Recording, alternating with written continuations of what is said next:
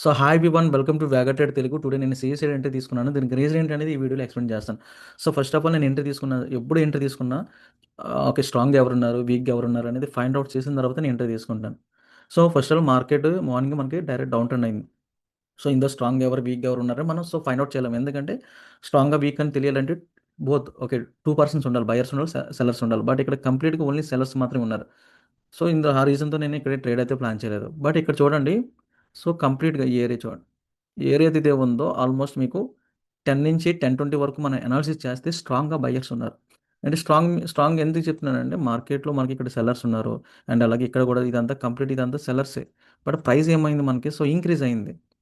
So price increase అయింది కాబట్టి యాక్చువల్గా సెల్లర్స్ ఉంటే ఏమవ్వాలి, సో డిక్రీజ్ అవ్వాలి. బట్ మార్కెట్ అనేది ఇంక్రీజ్ అయింది కాబట్టి ఇక్కడ మార్కెట్లో స్ట్రాంగ్గా సెల్లర్స్ ఉన్నారు, సారీ స్ట్రాంగ్గా బయర్స్ ఉన్నారు, వీక్గా సెల్లర్స్ ఉన్నారు.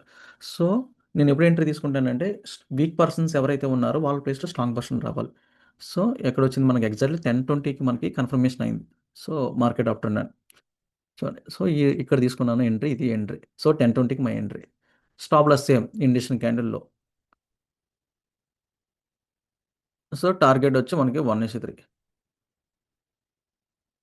సో ఏమైందంటే నేను ఆల్వేస్ ఎప్పుడెళ్ళినా సరే 1:3 ఫాలో అవుతాను. సేమ్ ఎట్ ఎ టైమ్ 1:1 రాగానే నేను స్టాప్ లాస్ అనేది కాస్ట్ టు కాస్ట్ అయితే ప్లేస్ చేస్తాను.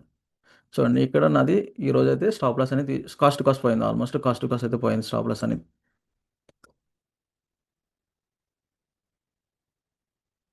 ఒక ఆల్మోస్ట్ ఎన్ని పాయింట్స్ వెళ్ళిందంటే నేను ఇచ్చిన తర్వాత చూడండి. సో మా ఎంట్రీ వచ్చి చూడండి 10:20కి ఎస్ 118 దగ్గర నేను ఎంట్రీ తీసుకున్నాను ఆల్మోస్ట్. చూడండి ఈ రేంజ్లో ఇచ్చాను. సో ఎంట్రీ ఓకే 194 దాకా వెళ్ళింది కానీ బట్ నేను 1:3 ఫాలో అవుతాను రూల్స్ అనేది. సో ఇండెక్స్లో మనకి, సో ఇండెక్స్ కానీ ప్రీమియంలో కూడా 1:3 వెళ్ళలేదు. సో ఈ రీజన్తోనే నేను ఎగ్జిట్ అయితే అవ్వలేదు.